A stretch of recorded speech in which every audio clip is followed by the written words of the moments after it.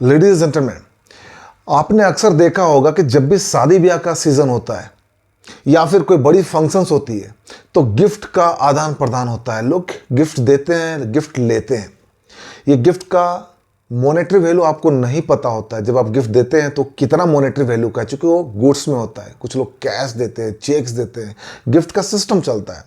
लोग शादी ब्याह या कोई भी फंक्शंस में डिपेंडिंग अपॉन कि उनका कैलिबर कितना है, कैपेबिलिटी कितना है, उस हिसाब से वो गिफ्ट देते हैं। जब बड़ी शादियां होती है, बड़ी फंक्शंस होते हैं, वहाँ पे तो करोड़ों का गिफ्ट होता है और लोग गिफ्ट बड़े आसानी से देते हैं। आपको क्या लगता है कि जब ये गिफ्ट आता है, जो भी फंक्शंस में हुए गिफ्ट मिलते हैं, तो इस गिफ्ट के ऊपर क्या कोई टैक्स का भी प्रोविजंस है? आज मैं इस वीडियो के माध्यम से मैं आपको बताने वाला हूँ कि जो भी आपको फंक्शंस में गिफ्ट मिलते हैं या जो गिफ्ट आप रिसीव करते हैं, उसके ऊपर भी टैक्स का प्रोविज़न है, गिफ्ट ऑन टैक्स। अब आप सोचिए कि जो बड़ी बड़ी शादियाँ होती है, बड़े बड़े ऊंचे जो लोग होते हैं जिनका स्टैंडर्ड ऊंचा है, उन लोग जब शादी ब्याह करते हैं, कोई बड़ा फंक्शंस करते हैं, सोचिए कितना पैसा खर्चा करते हैं शादी में, गिफ्ट में कितना पैसा खर्चा करते हैं। 1-1 करोड़, 2-2 करोड़ उनके लिए आम बात है। जैसे एक नॉर्मल पर्सन के लिए 1,000 2,000 होता है, वैसे ही बड़े जो कद के लोग होते हैं, बड़े हाई प्रोफाइल के लोग होते हैं, उनके लिए 1 करोड़, 2 करोड़, 5 करोड़ रुपया बहुत बड़ा अमाउंट नहीं होता है। जब वो गिफ्ट देते हैं, गिफ्ट लेते हैं, तो उनके ऊपर टैक्स का क्या प्रोविजंस आता है? क्या उनको भी उस इनकम के ऊपर टैक्स पे करना होता है? क्या वो इनकम टैक्स से एग्जेम्पशन होता है? क्या एग्जेम्पशन उनको पूरा कंप्लीट मिलता है? कैसे टैक्स की कंप्लाइंसेस होती है? आज मैं इस वीडियो के माध्यम से आपको बताने वाला हूँ। वीडियो को एंड तक देखना। अगर आप गिफ्ट देते हैं, लेते हैं, गिफ्ट का इनकम आपके पास आता है, तो आप भी ध्यान रखें, आपको भी एक सर्टेन अमाउंट ऑफ टैक्स पे करना पड़ सकता है। तो इस वीडियो के माध्यम से, इस चैनल के माध्यम से मैं आपको बताने वाला हूँ कि गिफ्ट ऑन टैक्स कैसे, कब, कहाँ लगता है, कितना पे करना पड़ता है। वीडियो को देखिए, लोगों तक पहुँचाइए। हाई प्रोफाइल में लोग टैक्स नहीं पे करते या पे करते भी होंगे, बट कैसे पे करते हैं, कितना पे करते हैं, शायद आपको नहीं पता। तो आज इस वीडियो के माध्यम से समझने की कोशिश कीजिए कि टैक्स लगता कैसे है। जब गिफ्ट की बात आती है तो गिफ्ट आता कहाँ से? Gift from relatives, gift from non relatives, gift from the foreigner party, मतलब आपके को ऐसे लोग हैं जो कि बाहर बैठे हैं, इंडिया के बाहर बैठे हैं, भारत के बाहर बैठे हुए हैं, वो भी आपको गिफ्ट देते हैं। जैसा मैंने बताया ना कि हाई प्रोफाइल के लोगों का कनेक्शंस इंडिया में भी है, इंडिया के बाहर भी है। पैसा इंडिया से भी आता है, पैसा इंडिया के बाहर से भी आता है। तो अब इसके ऊपर टैक्स की क्या कंप्लाइंसेस है? तो जो गिफ्ट आपको मिलता है वो आपके सगे संबंधी से मिलता है, रिलेटिव से मिलता है, नॉन रिलेटिव से मिलता है। गिफ्ट आपको फॉरेनर पार्टी से भी मिलती है। अब जब ये गिफ्ट मिलता है तो गिफ्ट में एक बड़ा सिंपल प्रोविजंस है कि अगर आपको अप टू 50,000, 50,000 रुपये तक गिफ्ट अगर मिलता है तो वो फुली एग्जेम्प्टेड है। अगर गिफ्ट माइनर को मिलता है तो 1,500 रुपये तक गिफ्ट एग्जेम्प्टेड है। मतलब अगर किसी माइनर को वो गिफ्ट दिया 1,500 रुपये की वैल्यू तक है तो कोई टैक्स की बात नहीं है। लेकिन 1,500 रुपया से ऊपर का गिफ्ट अगर माइनर को मिलता है तो उनके पेरेंट्स के इनकम में वो क्लब हो जाता है। अगर 50,000 रुपये तक रिलेटिव से, नॉन रिलेटिव से या किसी और से, तो वो ऐसे जनरली आपका एग्जेम्प्टेड है। बट अगर आप कोई गिफ्ट रिलेटिव से रिसीव करते हो, चाहे वो 50,000 का हो, 50 लाख का हो, किसी भी अमाउंट का हो, रिलेटिव से गिफ्ट आपका फुली एग्जेम्प्टेड है। अब क्वेश्चन उठता है, सवाल उठता है, रिलेटिव्स कौन? क्या मेरा चचेरा भाई, ममेरा भाई, फुफेरा भाई, चचेरी बहन, ममेरी बहन, फुफेरी बहन और बुआ, जो भी ये होते हैं, कौन होते हैं रिलेटिव्स? तो ये आपको समझना पड़ेगा, बिकॉज जब टैक्स पे करना होता है ना, तो अच्छा खासा टैक्स गिफ्ट के ऊपर चला जाता है। तो आप रिलेटिव्स को समझिए। पति पत्नी, रिलेटिव्स। पति पत्नी के माता पिता, रिलेटिव्स। पति पत्नी के बुआ फुआ जो हैं, रिलेटिव्स। पति पत्नी के माँ बाप, रिलेटिव्स। पति पत्नी के भाई बहन, रिलेटिव्स।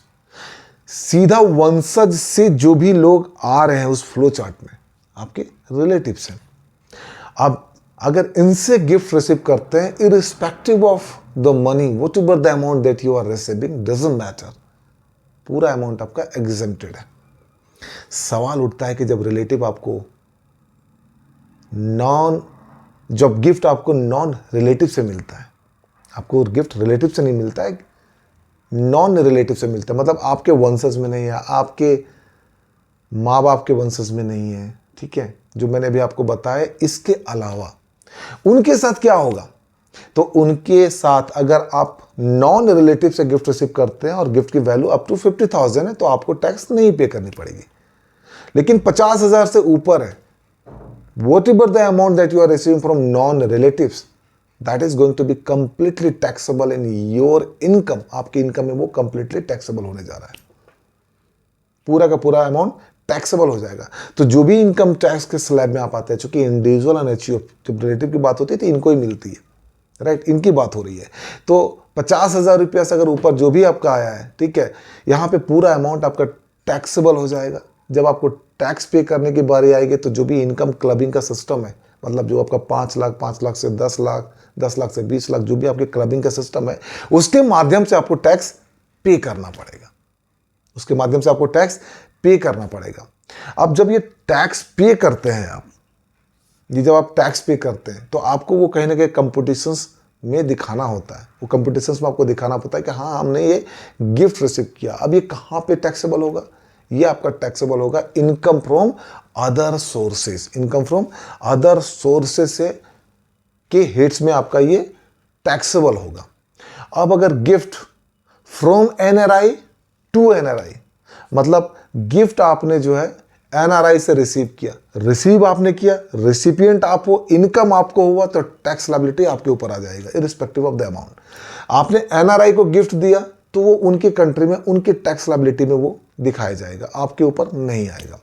अच्छा, अगर आपने गिफ्ट अपने स्पाउस से लिया, पति ने पत्नी को या पत्नी ने पति को गिफ्ट दिया, तो पति पत्नी का गिफ्ट भी एग्जेम्प्टेड है इररिस्पेक्टिव ऑफ द अमाउंट, क्या आप खर्चा कर रहे हो, कितना अमाउंट का गिफ्ट आप दे रहे हो।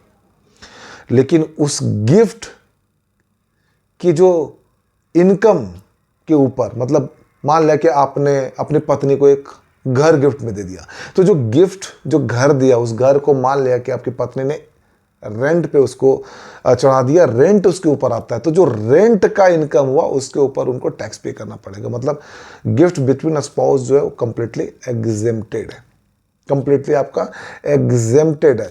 रिलेटिव से गिफ्ट कंप्लीटली एग्जेम्प्टेड है, नॉन रिलेटिव से गिफ्ट अप टू 50,000 एग्जेम्प्टेड है, मोर देन 50,000 कंप्लीटली टैक्सेबल है।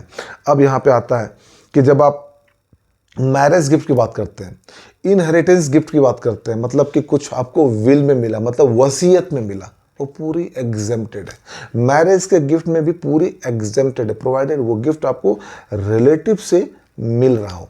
अच्छा, इसकी डॉक्यूमेंटेशंस क्या करेंगे, मान अगर गिफ्ट मिलता है, हाई वैल्यू ऑफ गिफ्ट मिलता है, तो डॉक्यूमेंट में क्या आप रखेंगे, क्या सपोर्टिंग डॉक्यूमेंट्स रखेंगे। तो डॉक्यूमेंट्स बहुत इंपॉर्टेंट है, बिकॉज जब भी आपके पास असेसिंग अथॉरिटी का कोई अगर नोटिस आता है, कोई इन्फॉर्मेशन आती है, तो आपको डॉक्यूमेंट्स दिखाना पड़ता है।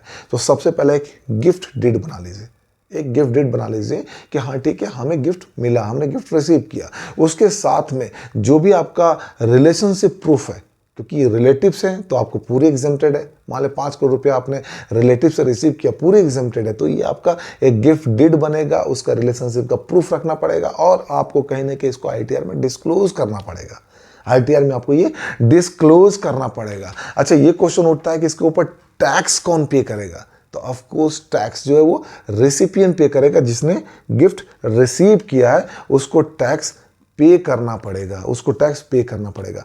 तो ये बहुत सिंपल है, टैक्स आपको प्लानिंग करनी पड़ेगी आपको गिफ्ट के ऊपर भी, कि whatever the gift that you are receiving, whether it is monetary, non monetary, right. अब क्वेश्चन उठता है कि गिफ्ट जो आपको आता है किस तरह का गिफ्ट होता है, तो monetary gift, non monetary gift, right.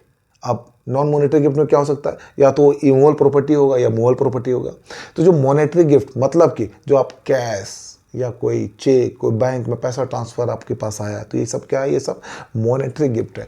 Immovable property में आप क्या आ गया, मतलब इमूवेबल गिफ्ट आपका क्या हो गया कि जो अपने लैंड, बिल्डिंग, प्लांट, मशीनरी कुछ आपको गिफ्ट में मिल गया, या फिर आपको मूवेबल प्रॉपर्टी जैसे कि आपका स्टॉक का कुछ मिल गया, कुछ आपको शेयर्स मिल गए, कुछ ज्वेलरीज मिल गए, कुछ इंस्ट्रूमेंट मिल गया, आप समझ रहे हो।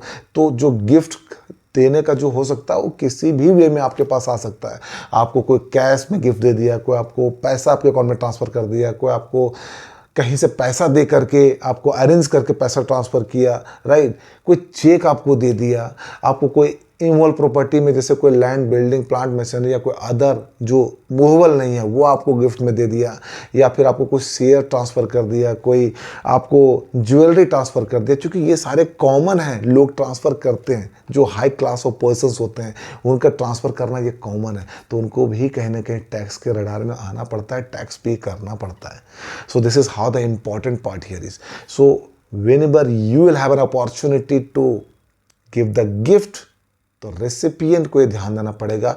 And whenever you are going to receive a gift from someone, right, तो being a recipient you have to be very make sure कि you are going to complied with the tax provision. If you are receiving the gift from your relatives, no matter how much amount you are receiving, it is completely going to be exempt. But when you are going to receive the gift from non-relative, NRI, right, in that case, you have to make sure that you are going to fulfill the tax compliance and paying the tax accordingly, right? So this is how the important part here is.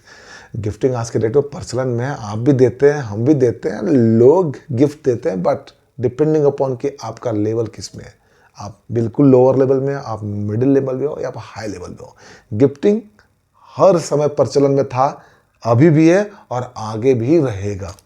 तो gift के ऊपर जो tax बनता है वो tax के compliances आप कीजिए, और आपको कभी भी किसी भी प्रकार का टैक्स के कंप्लाइंसेस में दिक्कत होती है तो चिंता करने की बात नहीं है। मैं हूं ना, we will support you, our firm will support you, we will support you in any manner, doesn't matter who you are and what kind of problems you are facing. So what is important here is, video को like कीजिए, subscribe कीजिए, लोगों तक जरूर पहुंचाइए। Video देखना अच्छा लगता है, आई नो दैट आपको मेरा कंटेंट, मैं जो कंटेंट बनाता हूँ आपके लिए बनाता हूँ, अच्छा लगता है।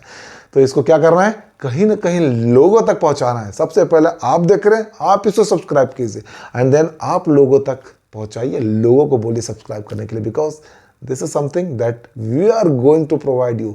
I'm going to provide you the unique services about all those tax compliances, tax planning, tax regulations, and about the business planning. This is how the important part here is. So आप subscribe कीजिए, लोगों तक जरूर पहुंचाइए।